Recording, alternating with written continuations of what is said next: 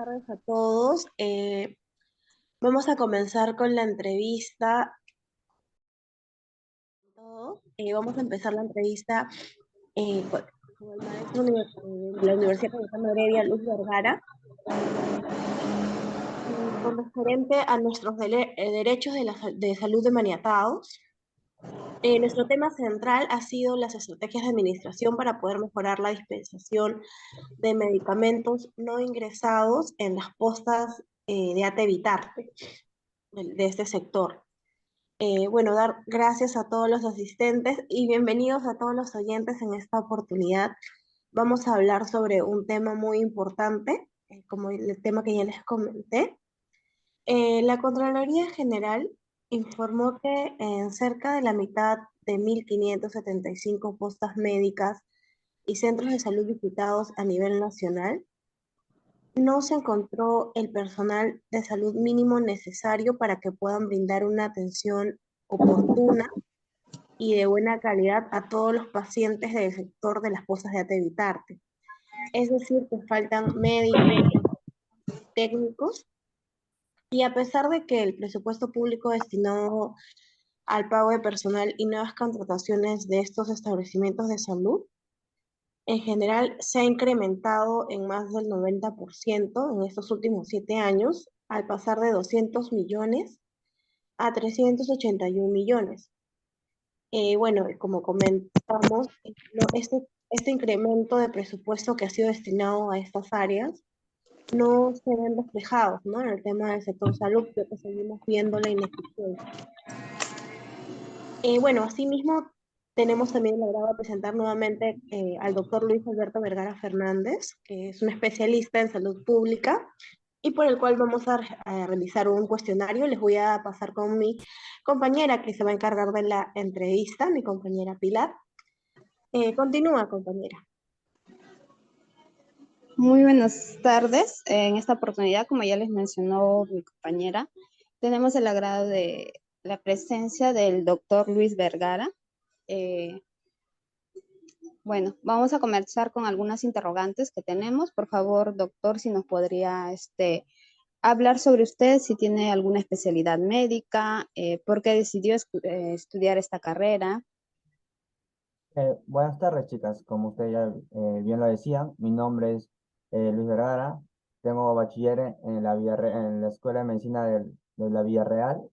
Tengo una maestría en la Cayetano Heredia y tengo un doctorado en salud pública, ¿no? También.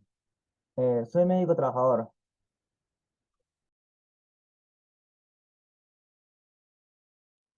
Soy médico trabajador concienzudo y profesional, que siempre antepone las necesidades de mis pacientes.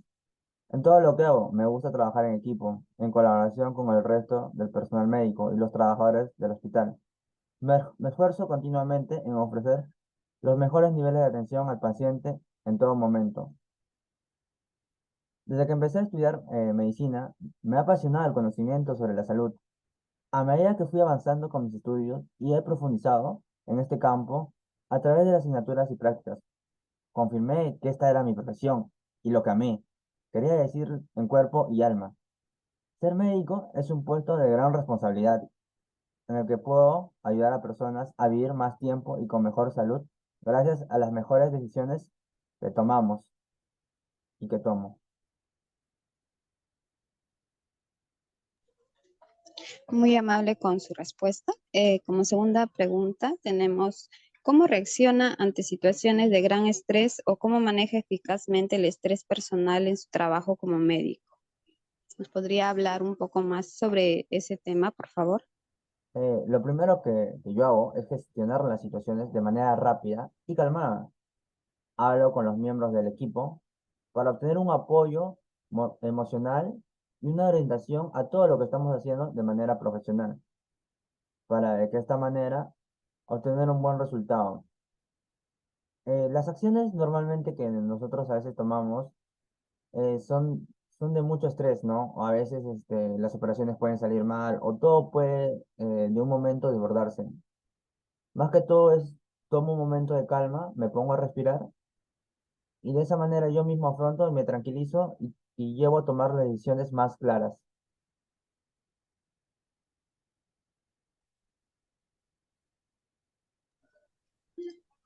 ¿Qué opina usted sobre los desabastecimientos de los medicamentos en las postas? Ya que actualmente, bueno, se ha visto que en algunos casos, algunos pacientes cuando van a las postas, pues le indican que no hay medicamentos o que compren fuera de la calle y todo eso. Eso es cierto, ¿no? En la actualidad se sabe que uno de cada cinco centros de salud están desabastecidos.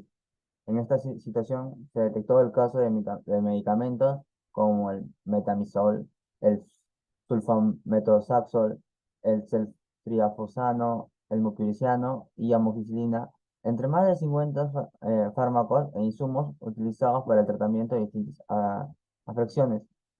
Estos medicamentos, como se dice, son los más cotidianos o los más medicados para la gran mayoría de los pacientes, por eso su desabastecimiento. Considero que ello constituye un grave riesgo para la salud y puede afectar económicamente a las personas que acuden al centro de salud, quienes actualmente vienen adquiriendo las medicinas con sus propios recursos. Como si bien se mencionó, los nombres de estos medicamentos o la gran lista de medicamentos que tenemos que son de uso comercial o de uso más cotidiano para el público general, son los que no deberían tener un desabastecimiento, ¿no? De abastecimiento en esos casos. Siempre hay que priorizar esos medicamentos más que todo.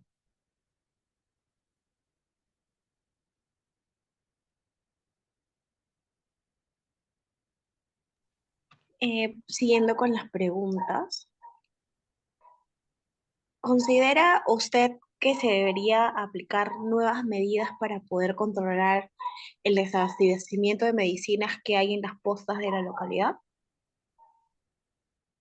Claro, la salud es un derecho fundamental, lo que implica que los medicamentos deben estar disponibles en todo momento, en cantidades suficientes, en formas farmacéuticas apropiadas y con calidad garantizada. Por ello, es indispensable que contemos con una mejor gestión de abastecimiento de medicamentos a nivel nacional. Los resultados demuestran que una descentralización en este proceso no ha traído resultados muy alentadores, por lo que se requiere reevaluar la política de abastecimiento actual e implementar un sistema logístico más eficiente manejado por el Estado o tercerizado. De lo contrario, miles de pacientes se irán perjudicados día tras día. Como bien acá hablamos de la descentralización que hay en todo el mercado, o en la rubra de lo que es los medicamentos, ¿no? A veces se priorizan lugares o zonas más específicas donde se da económicamente sea más fundible repartir los medicamentos y no se prioriza los pueblos o los lugares más indígenas donde de verdad ellos necesitan esos medicamentos. Más que todo hay que estar indispensable ante todo esto, ¿no? Hay que llevar una buena gestión de logística para tener nuestros medicamentos abastecidos a nivel nacional y no olvidarnos de esos sectores más vulnerables. Muchísimas gracias, doctor Luis Vergara. Sí, con referente a lo que ha hecho el soporte, pues sí, vemos que hay muchos continuación de los suministros de los fármacos especiales, esenciales, ¿no? Y tampoco se cuenta ahora con medicamentos genéricos, las ventas no son tan comunes, tan usuales, entonces es un poco inaccesible para algunas personas hacer la compra de estos medicamentos ya que son mucho más caros. Bueno, muchísimas gracias por la respuesta. Vamos a proseguir con la siguiente pregunta. Bueno, ¿quiénes están más propensos a tener estos problemas secundarios por esta problemática? Perdón, disculpe, esa era una pregunta anterior. Ahora lo que la pregunta es, ¿en qué fecha considera usted que el Perú ha sido mayor afectado por la falta de medicamentos? Como no bien obstante, ya hemos pasado estos 2 años o más de la época del COVID, las personas con cáncer, enfermedades cardíacas, enfermedades respiratorias crónicas, diabetes y otras experimentales, fueron obviadas, ¿no? En el Perú. Y se dedicaron más los medicamentos a una sola enfermedad. Por obstante, se observó que también la descontinuación de suministros de algunos farmacéuticos esenciales. y se ha necesitado realizar restricciones del uso de ciertos medicamentos ante el riesgo de que pudieran quedar desabastecidos. Un ejemplo de ello fue el caso de la hidroxicloroquina vital para el tratamiento de lupus y otras enfermedades autoinmunes cuyo suministro fue controlado. Las consecuencias impactan directamente sobre la salud física y mental y su economía. Con todo esto les quiero decir, chicos, que en este tiempo, en este lapso de tiempo, nos centramos en solo una enfermedad y nos olvidamos de las demás enfermedades, como las enfermedades crónicas, la diabetes, el cáncer, el SIDA y todas esas enfermedades que son graves y las enfermedades de mayor riesgo, ¿no? Las que siempre están ahí o las de gripe. Y al momento de eso, al momento de solo gestionar unos medicamentos, se elevaron los precios, los costos aumentaron, el desabastecimiento fluyó, lo cual no favoreció a muchos limeños actualmente, ¿no? Y a muchos pobladores de diferentes zonas del Perú. Nos llevó a una consecuencia muy grave, donde conseguir una pastilla que era de esencial necesidad tenía un costo muy elevado y no era factible acceder a ello, ¿no? Eso no, con esto quisiéramos decirte que no queremos llegar a esto, hay que tener un mejor control de logística para que no pase esto y para que nuestro gobierno tenga conciencia en que los medicamentos deben ser lo primordial y de la manera más forma y de lo prioritario, accesible para todo público.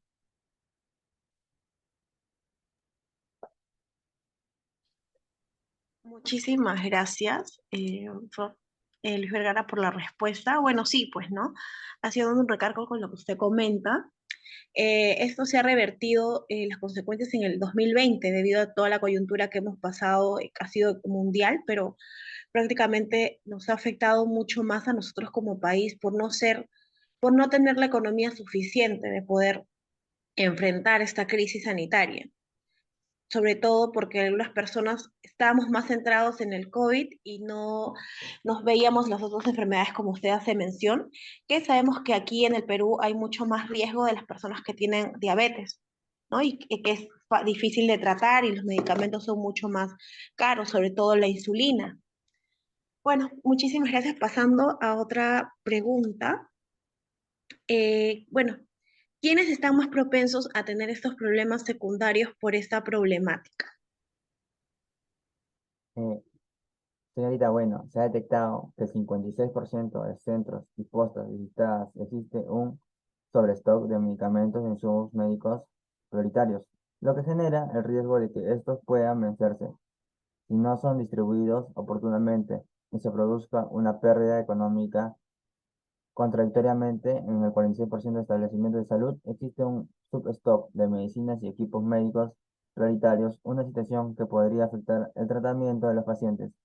Ante un potencial de abastecimiento, esta situación evidenciará que existe una inoportuna adquisición de medicamentos y equipos médicos, por lo que más se afectan serían más que nada los pacientes que diariamente necesitan ser medicados o necesitan intubaciones o cirugías. Y sí, no se realizan estas prácticas podrían llegar hasta el mismo fallecimiento de los asegurados, por lo que la problemática que se debería investigar más a fondo. ¿Quiénes están más propensos a tener problemas secundarios, no? El- los más propensos en todo siempre van a ser, ¿no? Los adultos mayores o los niños que tienen enfermedades muy raras también, ¿no? Que el medicamento usual nunca es tratable. Los niños con obesidad, diabetes, asma o enfermedades pulmonares crónicas, los que tienen anemia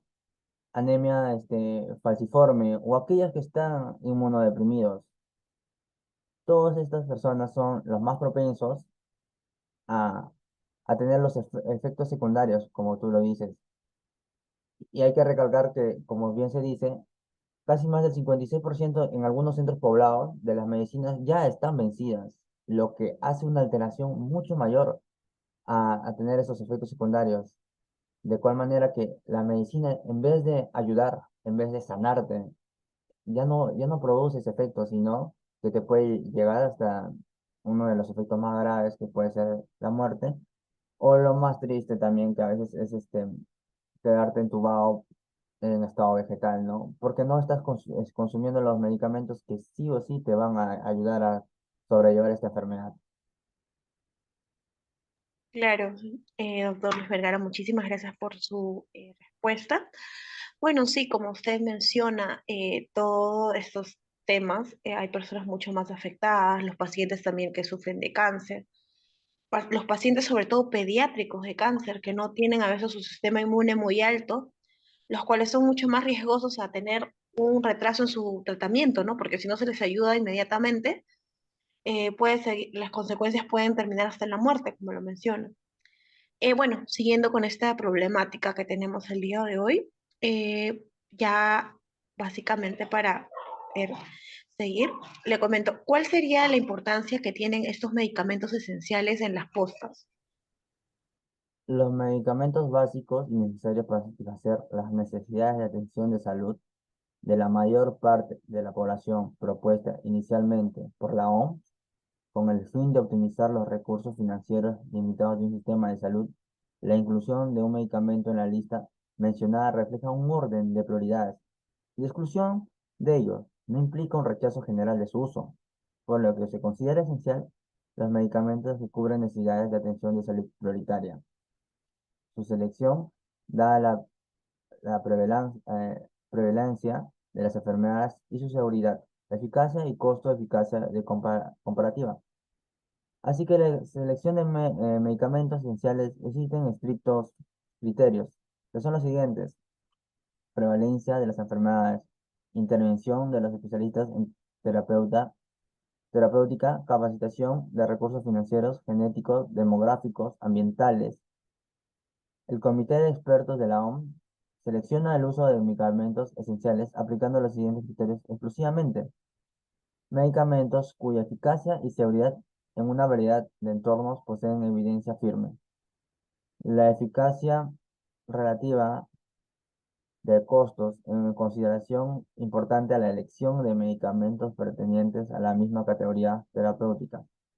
Costo del tratamiento completo y no preciso unitario, farmacocinética y biodisponibilidad, condiciones de almacenamiento.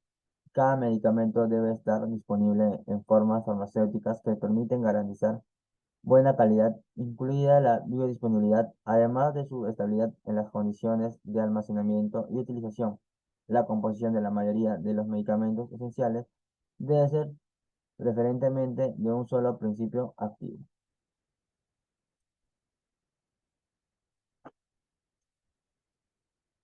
Cabe recargar que esto es más que todo para la elección, ¿no? Y la seguridad de todos los medicamentos que se lleva a dar. Y hay que recargar uno bien grande, ¿no? Que son las condiciones en que debe llegar el medicamento y las condiciones que se deben almacenar. Estos deben ser de gran prioridad porque son de una forma de cómo vas a obtener el medicamento actual para que los pacientes lo puedan ingerir, ¿no? Y de esa manera el medicamento siga funcionando. Entiendo, muchísimas gracias por su respuesta. Bueno, vamos a pasar a la última pregunta ya para no quitarle su tiempo también. ¿Se puede solucionar esta mala gestión relacionada al desabastecimiento de medicamentos? ¿Se podría dar una solución? Sí se podría dar una solución a todo este abastecimiento de medicamentos, ¿no? Mejorando la planificación, la prevención de la demanda, fundamentar contra sistemas, planificación sólida, considerar factores externos de crecimiento, demográficos, las tendencias epidemiológicas, la necesidad de pacientes. Esto permite una mejora de estimulación y demanda de medicamentos de una planificación precisa de producción y distribución. ¿Qué quiero decir con esto? Que hay que tener un buen estudio de lo que estamos haciendo, ¿no? Este, ya sabemos que la cantidad de enfermos en el Perú es muy grande también. Hay que saber cuáles son las enfermedades más cotidianas, las más susceptibles ante el público, ¿no? Y a cabo esto hay que llevar los estudios de qué medicamentos son los más efectivos, más eficaces y con los que tú puedes llevarte más, ¿no? Quiero decir que que hay que tener un buen análisis de nuestras personas que están enfermas, de los que están en las enfermedades más cotidianas y de ello sacar un control de mercado para que tener un stock bien habilitado de las pastillas que comúnmente se suelen usar.